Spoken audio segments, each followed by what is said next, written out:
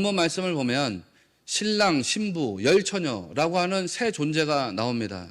그러면 이들이 어떤 사람들인지 혹은 이들이 누구인지부터 우리가 정확하게 확인할 필요가 있습니다. 신랑은 당연히 예수님을 말하는 거죠. 신랑은 예수님을 말합니다. 신랑이 혼인잔치를 하러 왔습니다. 여기 본문에 신부가 등장하지는 않지만 스토리의 과정과 결과를 보니까 신랑은 결국 혼인잔치로 들어가서 신부와 하나가 됩니다. 그러니까 이 신부는 교회를 말하는 것입니다.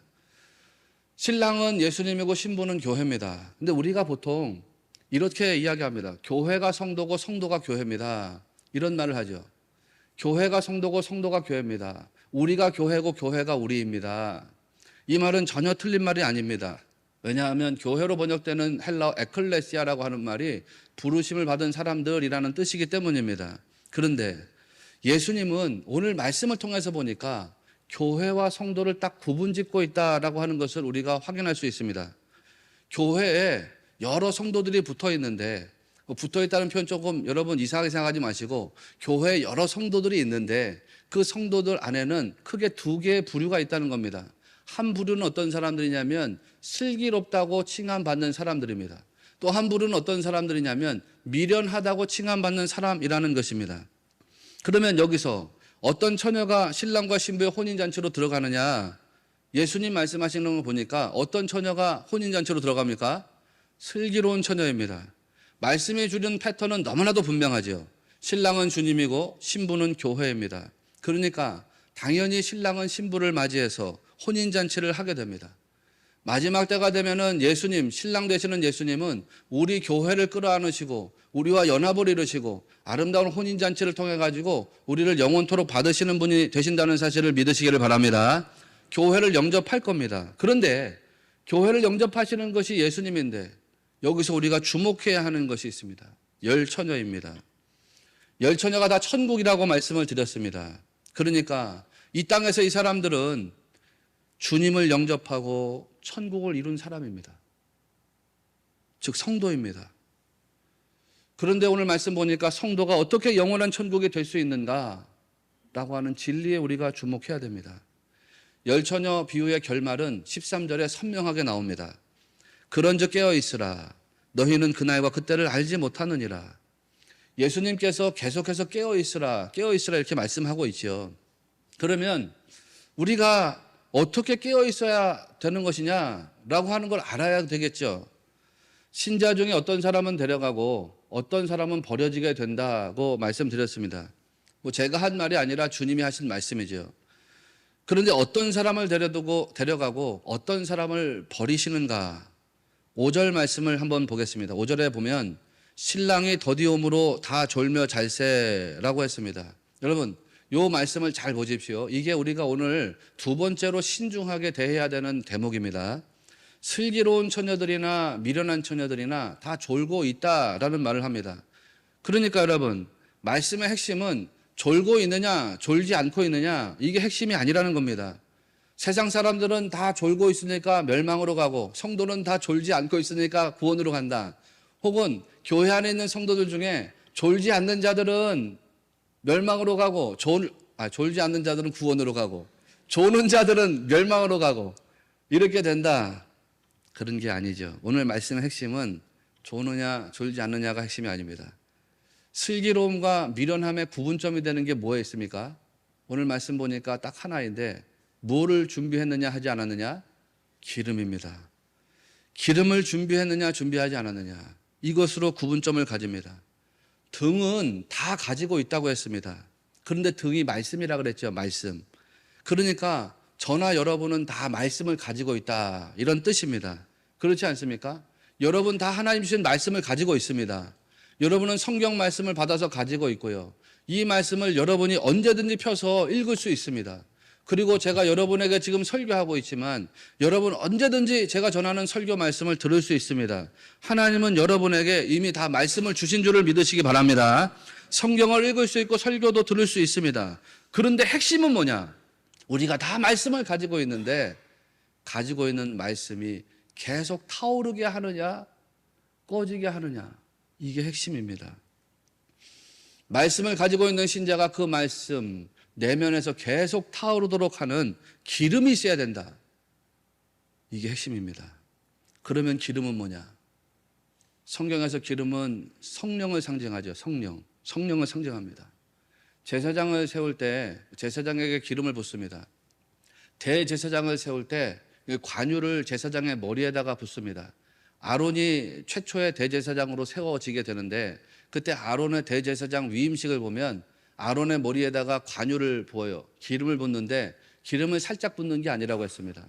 머리에 기름을 붓는데 이 기름이 수염을 타고 어깨로 흘러가지고 온몸을 다 적셔서 발밑까지 흐르도록 기름을 붓습니다.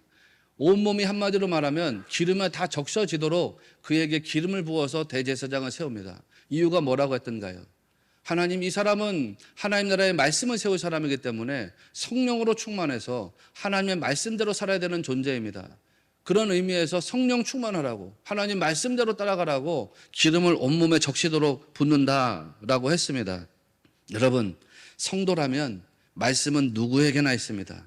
그런데요, 그 말씀에 성령이 부어지지 않으면 어떻게 된다는 뜻입니까?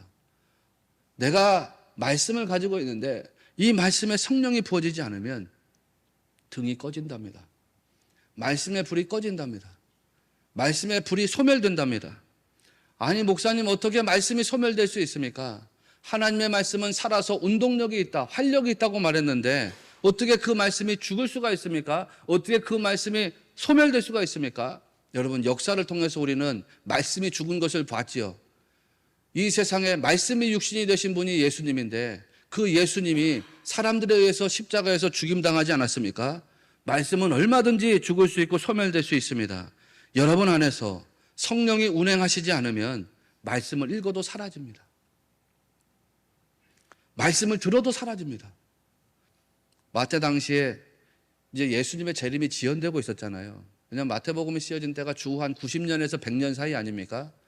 예수님이 부활 승천하시고 난 다음에 오랜 세월이 지났습니다. 주님이 곧 오실 거야 라고 하는 종말에 대한 기대감이 조금 흐려졌단 말이에요. 마가는 또 다릅니다. 마가는 주 한 5, 60년경에 쓰여진 책이니까 예수님 부활 승천하시고 나서 얼마 되지 않았을 때죠. 마가 같은 경우는 주님이 곧 오실 거야 라고 하는 생각에 어떤 기대감에 차 있을 때입니다. 그러니까 마가복음 13장 36절을 보면요, 그가 홀연히 와서 너희의 자는 것을 보지 않도록 하라 그러면서 깨어 있으라 그래요. 마가 같은 경우는요, 주님의 재림이 얼마 남지 않았단 말이에요. 그러니까 자는 거 조는 거조차도 용납이 안 되는 거예요. 졸지 말고 깨어 있어야지 지금 뭐 하는 거야 라는 식으로 이야기하거든요. 그래서 조는 것 자체를 용납하지를 않습니다. 그런데 마태는 슬기로운 자나 미련한 자나 똑같이 졸고 있다라고 했습니다. 이 말은 예수님 좀 늦게 오시니까 졸 수도 있어 라고 하는 걸 현실적으로 용납하는 대목입니다. 다만요, 졸더라도 툭 치고 일어났을 때 금방 졸음에서 깨어날 졸음이냐, 아니면 졸은데 누가 툭 치고 일어나도 깨지 못하고 계속해서 정신줄을 놓고 사는 졸음이냐, 이 차이가 중요하다는 거 아닙니까? 신랑이 오셨다라고 하는 이야기 들었을 때 졸고 있다가 바짝 정신을 차릴 수 있는 졸음이냐, 신랑이 오셨다 그랬는데도 정신줄 놓고 계속해서 잠자고 있는 그런 졸음이냐. 그런 의미에서 마태는 우리에게 비교적 현실적인 메시지를 전하고 있다라고 볼 수 있습니다. 여러분도 그렇지 않은가요? 여러분도 예수님께서 재림하시는 시기가 지연되고 있다 이렇게 생각하지 않습니까? 만약에 내일 주님이 이 세상에 재림하신다라고 하면 오늘 지금 이 예배 시간 난리가 날 겁니다. 아마 여러분이 지금 오늘 집에도 안 가고 막 불 붙잡으려고, 말씀 붙잡으려고 막 기도 줄 세우려고 막 여기서 그냥 목이 터져라 부르짖고 기도하고 말씀을 좀 더 주십시오 막 이렇게 할 거란 말이에요. 그런데 우리 생각은 대체로 어떤가요? 주님이 오시기는 오실 건데 지금 당장 오시진 않겠지. 주님이 오시긴 오실 건데 뭐 내가 살아있는 동안에는 오시지 않겠지. 뭐 이런 정도의 여유를 가지고 살지 않습니까? 그런데 여러분, 그런 믿음을 가지고 산다, 그런 생각을 가지고 산다 그러면 우리 믿음은 좀 변합니다. 여러분, 그러면 말씀의 불이 계속해서 타오르게 한다는 건 무슨 뜻일까요? 이거 추상적인 게 아니죠. 말씀의 불이 내 안에서 계속 타오르게 한다는 건 그 불이 중심된 인생을 살라는 겁니다. 말씀이 중심된 인생, 말씀이 기준된 인생, 그런 거 살라는 그런 뜻입니다. 이제 겨울에 여러분이 어디 야외에 놀러 갔는데 여러 사람 같이 가가지고 날이 춥단 말이에요. 그래가지고 모닥불을 딱 펴놨어요. 모닥불을 펴놓으니까 사람들이 어디로 모여요? 모닥불 중심으로 모여가지고 거기에서 이렇게 손을 이렇게 따뜻하게 데피고 몸을 따뜻하게 데피고 한단 말이에요. 불 중심으로 사람들이 모인다는 거 아닙니까? 말씀의 불이 계속해서 타오르게 하라는 것은, 내 안에서 내면의 말씀의 불이 계속해서 타오르라고 하는 것은 말씀이 중심되라, 말씀이 기준되라, 그런 뜻입니다. 자아가 생각과 판단에 기준되는 것이 아닙니다. 말씀이 기준되는 겁니다. 내 인생의 모든 기준이 말씀되게 하라는 겁니다. 생각과 판단의 기준이 말씀되게 해라. 선택과 결정의 기준이 말씀되게 해라. 그런 뜻입니다. 그래서 말씀의 불이 꺼지려고 하면 정신을 다시 탁 차려가지고 거기에 성령님이 기름을 부으시도록 그렇게 하라는 거 아닙니까? 그래 여러분, 이 말씀의 불이 계속해서 타오르려면 결국 내 안에 성령의 기름이 부어지셔야 되는데, 그렇게 성령의 불이 부어지려면 성도가 끊임없이 성령을 사모하고 성령님 주인으로 인정하고 모시고 성령으로 충만해야 된다는 겁니다.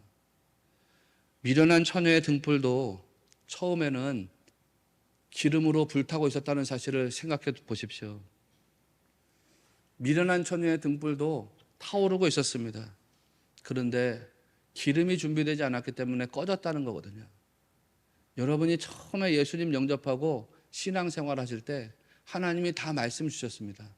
하나님이 말씀도 주시고 성령도 주시고, 그래서 여러분 안에 말씀의 불이 막 타오르게 하셨다고요. 미련한 처녀들이 처음에 말씀의 등불을 켜고 있었던 것처럼 우리 신자는 누구도 예외 없이 처음에는 다 말씀의 불을 켜고 있었다고요. 그런데 시간이 지나면서 기름이 채워지지 않아가지고 말씀의 불이 꺼진 사람들이 있을지 모른다고요. 말씀에 막 못 말랐던 신앙생활이 어느새부터는 말씀 없이도 살아가는 신앙생활로 변질됐을지 모른다고요. 말씀을 읽어야지 하루가 시작되고 말씀을 읽어야지 하루가 끝나던 그런 신앙이 언젠가부터는 말씀 없이도 그냥 잘 먹고 잘 사는 편리한 신앙으로 바뀌었을지도 모른다고요. 그렇게 말씀에 등불이 꺼진 사람들이 어떻게 된다는 것입니까? 은혜의 자리 바깥으로 쫓겨나서 버려지게 된다고 말씀하고 있습니다. 그러니까 성도는요, 내가 과거에 은혜 받았다는 것 때문에 너무 방심하면 안 됩니다. 나 과거에 큰 은혜를 받았습니다. 말씀의 체험이 있습니다. 그런 것을 기쁨으로 간증하는 건 너무나도 중요합니다. 그런데 그 간증을 붙잡고 있기 때문에 방심하면 안 됩니다. 내가 과거에 은혜 받았기 때문에 지금도 은혜를 사모하고 있습니다. 내가 지금도 은혜를 사모하기 때문에 지금도 주님은 내게 은혜를 베풀어 주십니다라고 하는 계속적인 성령과 은혜의 구함의 삶이 여러분 안에서 있어져야 된다는 사실을 기억하시기 바랍니다. 그러면 여러분, 우리가 그렇게 성령을 구해야 되는데, 성령이 내 안에 들어와서 말씀의 불을 계속해서 타오르게 하셔야 되는데, 성령으로 충만해야 되는데, 성령을 구할 수 있는, 아니 성령이 우리 안에 임하게 하시는 유일한 방법이 무엇입니까? 그게 기도입니다. 기도. 예수님이 여러분에게 말씀하셨죠. 너희가 악할지라도 좋은 것을 자식에게 줄 줄 알거든 하물며 너희 하늘 아버지께서 구하는 자에게 성령을 주시지 않겠느냐. 구하는 자에게 성령을 주신다고 했어요. 여러분, 기도로 성령을 구하는 성도 되시기를 축원합니다. 성도는요, 성령을 구해야 됩니다. 성령 구하는 기도를 해야 됩니다. 하나님, 내 안에 성령님 임하시기를 원합니다. 내 안에 좌정하시는 성령님이 주인 되시기를 원합니다. 내 안에 주인 되시는 성령님이 충만하시기를 원합니다. R.A. 토레이 목사님이 기도의 능력이라고 하는 책에서 이런 글을 쓰셨더라고요. 그리스도인들이 옛날처럼 무릎을 꿇고 기도하며 역사하는 기도의 조건을 채운다면 오늘날도 기도는 큰 능력을 가지게 될 것이다. 이분이 D.L. 무디 목사님하고 같이 동역했던 아주 타고난 신앙인 아닙니까? 20세기 초 무렵을 살면서 복음을 전했는데 20세기 초에 살았던 신자들을 보니까 기도하지 않더래요. 지금으로부터 100년 전에 살았던 신자들, 미국 교회 신자들을 보니까 기도하지 않더래요. 그래서 말씀을 했어요. 여러분이 옛 그리스도인들처럼 기도하면, 옛 그리스도인들처럼 무릎 꿇고 기도하면 오늘날도 기도는 큰 능력을 가지게 될 겁니다. 그런 말을 했어요. 예전에 존 웨슬리가 18세기, 19세기의 위대한 믿음의 선진들이 무릎을 꿇고 기도했던 것처럼 여러분도 무릎 꿇고 기도하면 기도가 큰 능력이 될 겁니다. 그런 얘기를 했어요. 그러면서 뭐라고 하냐면 기도는 하나님의 무한한 은혜와 능력의 창고를 여는 열쇠다. 우리는 그 열쇠를 사용해야 된다라고 이야기했습니다. 기억하시는가요? 이 열처녀는 유대인들의 결혼 풍습에 따라서 신부 집으로 오는 신랑을 맞이하는 들러리들이었습니다. 이 사람들이 등을 준비하는데 등을 준비한 기준은 뭐냐면 결혼식 관습입니다. 유대인들이 하는 결혼 관습에 따라 가지고 등을 준비했습니다. 이 사람들은 평상시처럼 등을 준비했습니다. 우리 보통 결혼식 하면 그렇다고 이야기했잖아요. 평상시처럼 등을 준비한 겁니다. 그러니까 평소에 예를 들면 유대인들의 결혼 예식은 저녁에 시작되니까 한 6시부터 시작해서 신랑이 8시쯤 오겠지. 그러니까 우리가 한 2시간 정도 등불을 켜고 있으면 신랑 맞이할 수 있을 거야. 그러니까 한 2시간 정도 등불을 준비하자. 그런데 혹시 모르니까 뭐 조금 늦을 수도 있는데 넉넉하게 한 3시간 분량의 기름을 준비하자. 이게 아마 평상시의 관례였을 겁니다. 그래서 등불을 준비하고 있었던 거예요. 평소하고 똑같이 했다는 거 아닙니까? 그런데 오늘 말씀은 우리가 뭘 도전하고 있냐면 평소하고 똑같이 했을 뿐인데 그게 미련하다라고 이야기하는 겁니다. 왜? 평소와 다른 상황이 벌어지게 된 거예요. 어떻게 다른 상황이 벌어지게 됐습니까? 신랑이 늦게 왔다는 거 아닙니까? 보통 때 같으면 문제가 되지 않는데 이번 결혼식에는 신랑이 늦게 온 것이 문제가 되었습니다. 이게 우리가 오늘 3번째로 주의해야 되는 대목입니다. 미련한 처녀 5명은 평소처럼 준비했습니다. 그런데 그게 미련함의 기준이 됐대요. 지혜로운 처녀들은 평소보다 조금 더 준비했어요. 그게 슬기로움의 기준이 됐대요. 여러분들이 어디 여행을 사람들하고 같이 가게 됐어요. 예를 들면 같이 가게 됐는데 뭐 오늘 하루 아침에 가서 저녁에 돌아오는 여행입니다. 그러니까 내가 오늘 하루 동안 내 핸드폰을 가지고 나가는데 핸드폰 충전해서 나가면 아침에 나가서 저녁에 들어올 때까지 무난하게 쓰겠구나. 그렇게 어떤 분은 나갔어요. 평소하고 다를 바 없어요. 근데 어떤 분은 혹시 모르니까 대용량 배터리 하나를 더 가져가야 되겠다. 그렇게 해서 배터리 하나를 가져간 거예요. 그런데 그날 여행은 다른 날하고 좀 달랐어요. 6시에 가서 6시에 돌아와야 되는데 6시에 돌아오지 못할 상황이 일어났어요. 차가 고장이 났든지 아니면 여행 일정이 조금 변동이 됐든지 그래서 거기에서 저녁 늦게까지 머물러야 됐어요. 아니 혹시 하룻밤을 더 지내는 상황이 일어났을 수도 있습니다. 그렇게 되니까 그날 밤에 그냥 핸드폰만 가져간 사람은 전기가 없어서 배터리가 다 방전됐어요. 그런데 대용량 배터리 하나 더 가져간 사람은 그날 밤에 그 충전하면서 배터리로 핸드폰을 사용할 수 있었다는 거예요.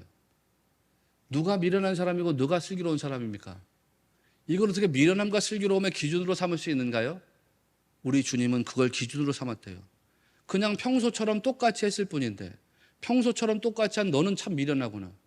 얘는 좀 평소보다 조금 더 했을 뿐인데 평소보다 조금 더 한 사람은 지혜롭구나. 이렇게 이야기합니다. 이유가 무엇인가요? 분명한 이유가 있지요. 이유는 우리가 인생 살다 보면 평소처럼 하면 안 되는 때가 있기 때문입니다. 평상시보다 조금 더 해야 되는 때가 있기 때문입니다. 예를 들면 신랑과 신부가 결혼식을 한다. 그럴 때 평상시처럼 옷을 입고 결혼식을 준비하는 신랑 신부는 없습니다. 평소보다 조금은 다른 옷을 입지요. 장례식도 마찬가지입니다. 죄송하지만 내가 평소에 입던 옷을 그대로 입고 장례식을 치르는 사람은 없습니다. 평소와 다른 옷을 입고 장례식을 치르지요. 시험을 앞둔 학생이 공부를 하는데 평소처럼 공부하지 않지요. 보통 평소처럼 공부하다가 시험을 앞두고는 조금 더 해야 되는 때가 있습니다. 평소보다 조금 더 해야 되는 때가 있지요. 말씀과 기도로 사는 것도 그런 것입니다. 이전과 똑같으면 안 되는 때가 있습니다. 성도일 때는 괜찮지만 집사가 되면 더 해야 되는 게 있습니다. 집사일 때는 괜찮지만 권사가 되면 더 해야 될 때가 있습니다. 권사일 때는 괜찮지만 장로가 되면 더 해야 될 때가 있습니다. 장로일 때는 괜찮지만 목회자가 되면 더 해야 되는 때가 있습니다. 세상적으로도 또 말씀과 기도도 똑같습니다. 말씀과 기도도 이전하고 똑같으면 안 되는 때가 있습니다. 예를 들면 환난의 때를 만났을 때 여러분 이전과 같은 상태로 말씀과 기도의 세월을 살아가면 안 됩니다. 환난의 때에는 말씀과 기도에 더 매달려서 살아가야 됩니다. 믿으시는가요? 우리가 코로나를 지나면서 얼마나 많은 사람이 예배를 떠났는지 알고 있습니다. 코로나 3년을 지나면서 얼마나 많은 신자가 예배에서 멀어졌던가. 그런데 여러분 주변에서 예배에서 멀어진 사람들을 잘 보십시오. 예배에서 멀어진 사람들의 공통점이 하나 있지요. 그 공통점이 뭔지 아세요? 그들이 다 말씀과 기도를 게을리했다는 것에 있습니다. 말씀의 불이 타오르지 못하게 했다는 데 있습니다. 말씀에서 멀어진 사람, 기도에서 멀어진 사람들이 자연스럽게 예배에서 멀어졌습니다. 여러분, 지금이 말세를 지나는 때라고 다들 말하고 있지 않습니까? 말세를 지나는 때라고 사람들이 말하고 있다 그러면 하나님이 그런 징조를 우리에게 다 보여주고 있기 때문입니다. 그러면 신자는 더욱더 말씀과 기도에 매달려 살아가야 됩니다. 말씀과 기도를 더 의지해야 됩니다. 말씀을 붙잡고 기도를 하면서 살아가야 되는데 말씀을 붙잡는 것도 그냥 붙잡는 것이 아닙니다. 기도를 하는 것도 그냥 하는 것이 아닙니다. 말씀을 붙잡는데 생명을 걸고 말씀 붙잡으라는 거 아닙니까? 기도를 하는데 생명을 걸고 기도하라 그런 거 아닙니까? 지혜로운 사람은 바로 그런 때를 분별할 줄 아는 사람이다 라는 것입니다. 예수님은요, 여러분에게 성공하라고 가르치신 적이 없어요. 예수님 여러분에게 성공하라고 가르친 적이 없어요. 그런데 사람들이 주의 말씀에 의지해서 성공하십시오. 주의 말씀에 의지해서 출세하십시오. 주의 말씀에 의지해서 재벌 되십시오. 주의 말씀에 의지해서 좋은 학자 되십시오. 주의 말씀에 의지해서 권력자가 되십시오. 주님 가르치지도 않은 말씀 가지고서 말씀을 더럽히고 있단 말이에요. 예수님은 여러분에게 성공하라고 가르친 적이 한 번도 없어요. 주님은 여러분에게 오늘 말씀 보니까 뭐 하라고 가르쳐요? 견디라고요. 견디라고 가르치세요. 24장 13절 말씀을 보십시오. 마태복음 24장 13절로 넘어가서 보면은요, 우리가 읽었던 말씀이지만 끝까지 견디는 자는 어떻게 된다고 했습니까? 구원을 얻으리라 그랬습니다. 구원을 얻으리라. 주님은 여러분에게 성공 가르치시지 않고 구원을 가르치신 게 구원. 여러분, 우리 인생의 목적지는 어디에 있는 거냐면 성공에 있는 게 아니에요. 구원에 있는 것인 줄을 믿으시기 바랍니다. 출세에 있는 게 아니에요. 구원에 있는 게 구원에 있는 거. 그래서 여러분이 말씀에 의지해서 열심히 신앙생활 한다고 하더라도 실패할 수 있습니다. 넘어질 수 있습니다. 질병에 걸릴 수 있고 환난 시련 다 만날 수 있습니다. 그런데 그 시간 속에서 주님이 뭐 하라 그런 거냐면 끝까지 견디라는 거 아닙니까? 끝까지 견디라는 거. 끝까지 견디라는 거. 더 적극적으로 말하면 끝까지 매달리라는 거예요. 끝까지 매달려요. 끝까지 버티라는 거예요. 그렇게 끝까지 버틸 수 있는 힘이 나한테는 없어요. 끝까지 버틸 수 있는 힘이 여러분한테는 없다고요. 여러분한테는. 우리한테는 없다고요. 내가 그럼 끝까지 붙잡고 매달리고 버틸 수 있는 그렇게 힘을 누가 우리에게 공급해 주시는 겁니까? 성령님이거든요. 성령님.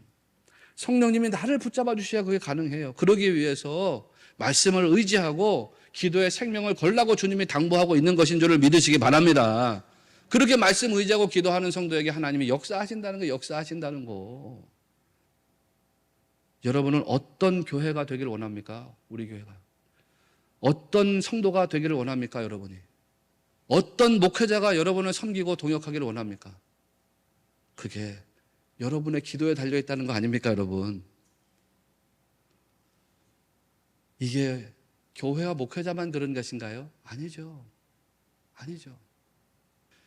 교회가 말씀의 기회를 드릴 때에 그 기회를 붙잡는 성도 되십시오.